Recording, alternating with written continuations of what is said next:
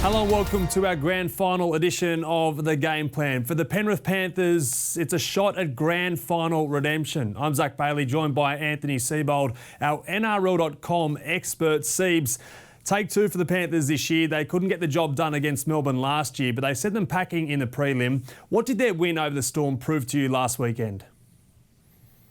I think what it proved was how good a defensive unit they are to only concede 6 points against Parramatta and then 6 points against the Melbourne Storm in 2 consecutive weeks in big games, particularly with the rule change that we've seen over the last 18 months, just suggests that they're a really formidable defensive unit. So been very impressed with that. And also I think they'll learn from last year's loss. We spoke about some of the lessons and takeaways from last year's grand final for them. So they bring big match experience into this game, and it's going to be, one really enjoyable game to watch for the fans. All right, let's look at the key to victories in your opinion. If you were Ivan Cleary, here's your game plan for the Panthers to make sure they end up with the win in this year's grand final, unlike last year. Point 1, early kicks out of yardage at the start of the game. Point 2, play through South Sydney up the middle. And point 3, aggressive line speed and inside pressure. Siebes, so much talk about Nathan Cleary and those missiles he puts up in the year to impact the back three for the Bunnies, in particular Blake Taaffe. But how important is it for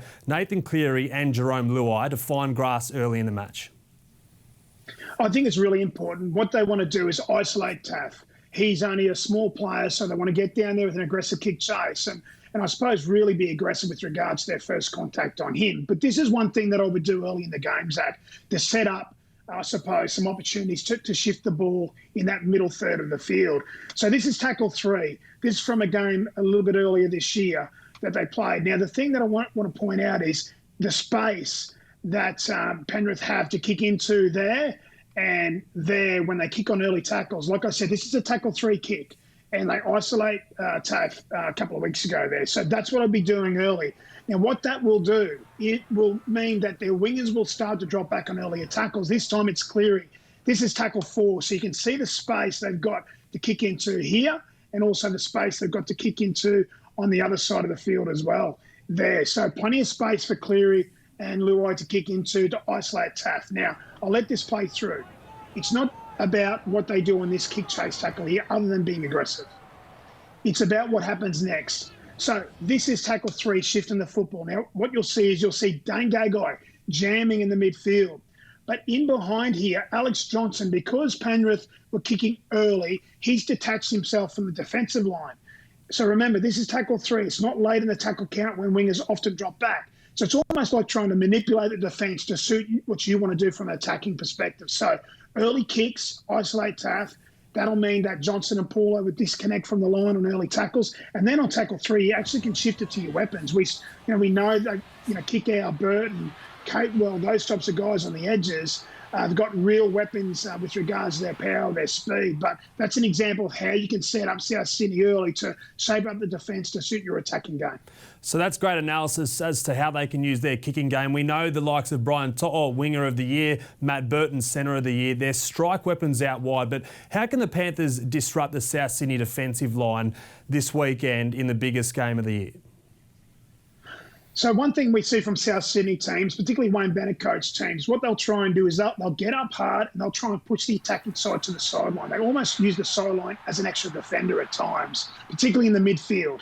And so what that means is they often work really hard from inside out, and they can be prone to taking a show or getting beaten back on inside shoulders. So I want to show you some examples of what I would do next. As the half wears on, some fatigue into the South Sydney Rabbitohs defensive unit, I would start to change some angles. So I'd bring Burton, kick out, back through this middle third of the field here. So back against the grain, trying to pick up some tired defenders who, I suppose, just stop moving for a second or two.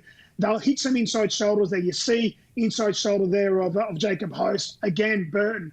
Luai going across, dummy there to Liam Martin. This time it's Burton underneath. And what you'll see at the top of your screen is a whole heap of space. There's all this space back through here where South Sydney defenders aren't filling the space, and the Penrith Panthers can create some instability in the defensive line of the Bunnies. So I changed some angles after about 20 minutes. Go back against the grain. You'll see that there's some defenders left on the floor. And then Cleary can ask some questions with some show and goes. South Sydney are prone to take some show and goes and get beaten on inside shoulder. Here's Yo, back at inside shoulders, breaking through the line, creating instability. So that's what I would like them to do as the half wears on and progresses and fatigue gets into the South Sydney Rabbitohs. South Sydney fans have anxiety when they see Isaiah Yeo go through the ruck. It cost them in the prelim last year when he linked up with Dylan Edwards through the middle. The role of Api Coruscant around the ruck, how important is that in terms of taking the right option to expose the South Sydney defenders and tied forwards in those A and B defender positions? I think it's crucial. As I said, you'll see South Sydney Rabbitohs, because they do work hard from the inside, they often get off the defensive line sideways and they open themselves up to getting beaten on inside shoulders with a show and go from the 9 in Api Coruscant and the 7 and 6 in Luai and also Cleary, respectively. So I want to show you some examples of what I do, again, as the half wears on. You'll see Cleary's running game come into vogue. And there he is back in side shoulders of Mark Nichols there with a show and go, almost goes through. This time, they play off the back of that. They hit short again. I think that's what they need to do, hit short. And this time it's Api Coruscant, inside shoulders there again. South Sydney Rabbitohs are trying to work really hard from the inside to push the attacking weapons of the Penrith Panthers towards the sideline, but they get beaten inside shoulder. So again, show and goes, play short. Once they do that, they then can go to their weapons, and you'll see guys like Crichton, guys like, Momorowski, Matt Burton, those guys can use their weapons at the back end of the half. But I think what they need to do, they need to think about changing direction, show and goes, playing it inside shoulders. Then that will open up, for the weapons on the edges there for the Panthers. Speaking of weapons, none bigger than Cody Walker, the 5'8" of the year for the Bunnies. His partner in crime, Adam Reynolds, he's one of the best number 7s in the game as well. If you're Ivan Cleary, what's your message to your defenders to try and disrupt them and make sure they don't have a massive impact and an influence in the grand final? Okay, my third point in around our game plan is we need aggressive line speed. And I know teams will talk about that every single time. They'll talk about when they play Walker and Reynolds, let's take time and space away. But we need to have aggressive line speed. I think Penrith Panthers have showed over the last couple of weeks against Parramatta and also the Melbourne Storm that line speed can disrupt good ball players. The other thing they need to do is put inside pressure on Cody Walker and Adam Reynolds. By putting inside pressure on Reynolds and Walker, it means they play a little bit earlier and defenders don't get caught up. So they're the two things that I would stress. And I want to show you some examples. Now, this is against the Melbourne Storm, the best attacking side for a long, long time. They've broken all sorts of records with regards to their attack this year, the Storm. But just have a look at how line speed and inside pressure disrupts the Melbourne Storm attack. So there's kick out. He doesn't let Jerome Hughes have any space. So expect kick out to come out of the line this week on Adam Reynolds and disrupt his, I suppose, time and space. So he's doing that to take away Jerome Hughes' passing and running game. So that's a really good example. The next one I want to show you was, again, have a look at Luai there on Jerome Hughes. So you'll see, great example of what kick out and Luai will do this weekend against Adam Reynolds. Take time and take space away from him. Make Adam Reynolds feel uncomfortable on that right-hand side. So that's the first thing they do to disrupt the South Sydney Rabbitohs' attacking game. The next thing they need to do is make sure they stay connected and work together. So I think they've done a good job at that over the last few weeks. Now, we spoke about Damien Cook's running game. There's some inside pressure from Fisher Harris on Brandon Smith last week. You'll see Fisher Harris there in that position to make, Damien Cook this week play a little bit earlier. So there he is, makes Cook play a little bit earlier, or makes Smith in this occasion, but that's what he'll do this week. Then there's some inside pressure from Coruscant on Munster, which means that Pappenhausen gets the ball a little bit earlier than what he wants. And then Crichton on that right wing, he takes time and space away from the Melbourne Storm ball play. So that's the left-hand side, for the South Sydney Rabbitohs, which is their weapon in attack. This is another example of some inside pressure.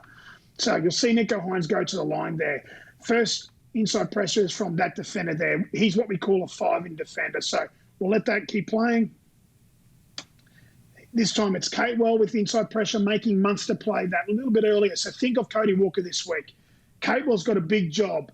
Liam Martin's got a big job. The forwards for the Penrith Panthers have a big job to make Cody Walker play that a little bit earlier. And just watch what it does. Momorowski doesn't get caught up on Justin Olam. Cleary doesn't get caught up on Justin Olam. And then it'll be young Taff out the back of shape this week. They don't get caught up. It's not a 2v1 situation, which the Bunnies want to try and create on the end of shape. So that's what I would be doing. I'd go and disrupt Reynolds by Kikau and Luai jamming on him early, taking time and space away, putting inside pressure on Cody Walker, and it'll disrupt their attack. Siebes, the Panthers have done it the hard way to get to this year's grand final. Last year they won 17 straight to face Melbourne in the grand final. They were untouchable, and they were upset when it really counted on the grand final stage. How much will they draw on that heartache from last year's decider to make sure it's a different result on Sunday night? Well, they've got some painful experiences there, Zach, don't they? Think about, their emotion that they felt, their body language, and how disappointing it was for them after winning 17 games straight to get into the grand final, to lose that game. So they'll have long memories. I do think that they need to win the field position battle. I think if South Sydney get field position and an even share of possession, they're going to be hard to handle the Bunnies. So for the Panthers, it starts with Cleary's kicking game and Luai's kicking game, kicking on early tackles, finding a space, bashing up young Taff when he brings the footy back and trying to disconnect the wingers. That's where it starts from. And I think they need to do a really good job defensively, but there'll be a lot of experiences and painful experience they draw upon from last year's GF. Siebes, as always, thank you so much for your insight here on the game plan. For all of our fans watching, I hope you got plenty out of that as we look forward to Sunday's grand final. The Penrith Panthers taking on the South Sydney Rabbitohs. Kick-off at 7:30 p.m.